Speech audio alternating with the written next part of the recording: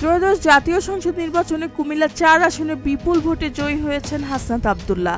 বিজয়ের পর তিনি বলেন, আমি ৮০% ভোট পেয়ে পাশ করেছি।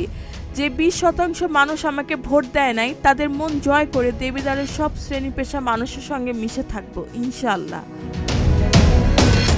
তিনি আরও বলেন, আমি সমাজকে এমনভাবে সাজাতে চাই যেখানে আমার শত্রুর প্রতিও যেন বেইনসাফি করতে না পারে।